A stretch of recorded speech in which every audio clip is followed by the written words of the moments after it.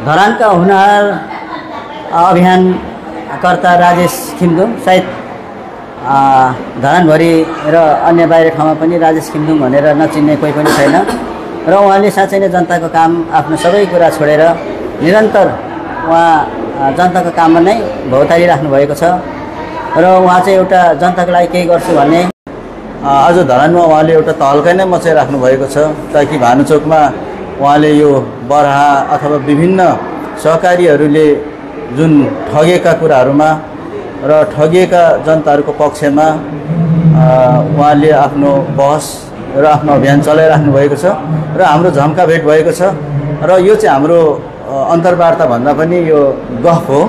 यो आज blood donation कार्यक्रममा हामी भेट भएको कारणले गर्दाखेरि यो एउटा गफको तालमा राजेश सर तपाईँलाई नमस्कार। धन्यवाद। नमस्कार। तपाईँ यो सुधार नेपालमा पनि हुनुहुन्छ र हामी सँगसँगै पनि छौँ र तपाईँले अभियान चलाइराख्नु भएको छ, खुसी पनि लागेको छ र अहिलेसम्म तपाईँले कति दिन भयो यो भानुचोकमा एउटा सहकारीको निम्ति तपाईँले अभियान चलाइराख्नु भएको छ?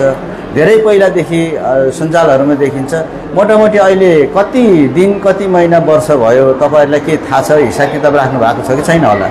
मलाई ठ्याक्कै अहिले 11 महिना 10-11 महिना भइसक्यो भनौँ न।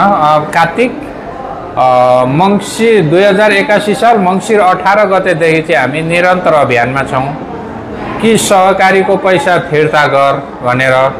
30,000 भन्दा धेरै सहकारी पीडितहरू छन्, 10,000 भन्दा धेरैको घर जग्गाहरू रोक्या छन्। त यो चाहिँ किन घर जग्गा रोका चाहिँ 10,000 भन्दा धेरैका छन् घर जग्गा रोक्का धेरैको। हाई टेन्सनको समस्या छ 1500 भन्दा धेरैको। हजुर। र यी समस्याहरूको चाहिँ समाधान गर भनेर चाहिँ हामीले भनिरहेका छौँ। र अब किन चाहिँ हामीले आवाज उठाइरहेका छौँ भन्दाखेरि अब हामीले धरानमा धेरै अध्ययन गरियो त धेरै जनताहरूले पीडा समस्या छन्, जो बोल्न सकेका छैनन्, जो आवाज उठाउन सकेका छैनन्। कुनै राजनीतिक दलले पनि समस्याको समाधान गर्न चाहेका छैनन्।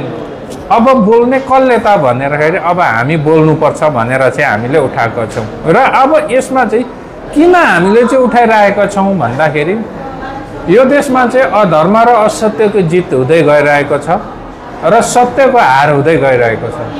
अनि त्यो कारणले गर्दाखेरि यसरी नै हामीले लुट्नुको लागि छोडिदियो भने, बोलेन भने त झन् धेरै भोलि लुटेर खाने भयो। त्यो कारणले गर्दा यो समाजलाई बिग्रिनु दिनु हुँदैन, सुधार्नुपर्छ, यो लुटतन्त्रको अन्त गर्नुपर्छ भनेर चाहिँ एक किसिमको राज्यलाई हामीले चाहिँ दबाब दिने कामहरू चाहिँ गरिरहेका छौँ। राज सर, तपाईँले यो बरहा सहकारीको मात्रै हो कि धरानमा कतिवटा सहकारीहरूले चाहिँ यसरी जनताको पैसालाई चाहिँ बिगारिरहेका छन्, उनीहरूले ती पैसाहरू हिनामिना गरिरहेको छ? कतिवटा सहकारी जस्तो अहिले नाम नभने पनि यतिवटा भनिदिनुहोस्। अहिले जम्मै 24-25 वटा सहकारी जस्तो छन् जसले चाहिँ अहिले सञ्चालनमा छैनन्। र अहिले जस्तै बरा सहकारी, श्रेया सहकारी, सल्लेरी सहकारी, अर्को के अरे थुप्रै यस्ता सहकारीहरू छन् होइन। त्यो कारणले गर्दाखेरि यसलाई चाहिँ नियमन सरकारले गर्नुपर्ने र सरकारले चाहिँ छाडा छोडिदिएको छ के जति जनतालाई ढाँटेर लुटेर खान्छस् खा भनेर छोडिदिएको कारणलाई एउटा हामीले चाहिँ खबरदारी गर्ने काम चाहिँ हामीले चाहिँ गरिरहेका छौँ। अनि अब यो तपाईँको भानुचोकमा एउटा अभियान देखिन्छ, यो अभियानले कतिको प्रगति गरिरहेको छ? कस्तो किसिमको फिडब्याक एउटा हुन्छ नि? प्रगति त अब बाहिर नदेखिए पनि भित्र चाहिँ एउटा ठुलै एउटा प्रगति एक किसिमको चाहिँ भएको छ भनौँ न। कसरी भन्दाखेरि हिजोसम्म समस्याग्रस्त घोषणा गर्न सकेका थिएनन्, गर्न मानेका थिएनन्, तर आज समस्याग्रस्त गरिएको छ होइन। भनेपछि जम्मा 25% काम सक्यो, अब 75% काम गर्नुपर्ने छ सरकारले। र एउटा कुरा त्यो भयो मुख्य कुरा। दोस्रो कुरा अरू जति पनि अहिले पनि 50 वटा भन्दा अहिले धेरै सहकारीहरू धरानमा छन्। ती सहकारीहरू अहिले चाहिँ के भन्दाखेरि आफै सतर्क भइरहेका छन्।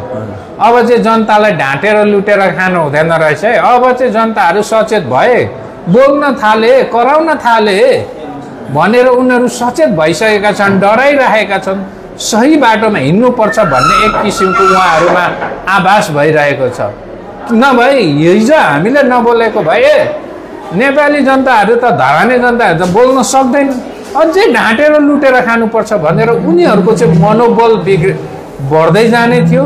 अनि झन् के हुन्थ्यो भन्दाखेरि हाम्रो नेपाली समाज बिग्रिँदै जाने, एक अर्कामा जसले सक्यो त्यसलाई ढाँटेर लुटेर खाने, लाटा सिधा समुदायहरूलाई मान्छेहरूलाई लुटेर खाने, यस्तो प्रोत्साहन बढ्दै गर्नेलाई हामीले चाहिँ कम गर्ने गरेका छौँ भने।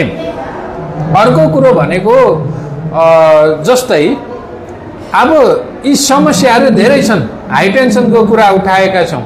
यो हाई टेन्सनको कुराले पनि सरकारलाई एक किसिमको चाहिँ सरकारलाई पनि एक किसिमको तरङ्ग पैदा भएको छ, चुनौती तरङ्ग भएको छ।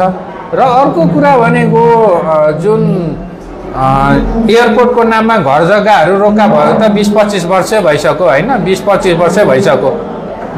अब त्यसको छेउछाउको घर जग्गाहरू जति पनि थियन्, घर घरेरीहरू थिए, ओइलेनीमा थिए, उहाँहरूको चाहिँ के गरेको छ भने सेवा सुविधा रोक्का गरेको थियो क्या। त्यो अहिले फुकुवा भएको छ। त्यो कारणले गर्दाखेरि हामीले गरेको काममा प्रगति नभएको भन्न मिल्दैन, एउटा ठुलो प्रगति चाहिँ भएको छ। त्यो कारणले यसप्रति हामी सन्तुष्टि छौँ र हामी पैसा फिर्ता गराएरै छाड्ने चाहिँ हामीले चाहिँ एउटा प्रतिबद्धता चाहिँ हामीले जनाएका छौँ।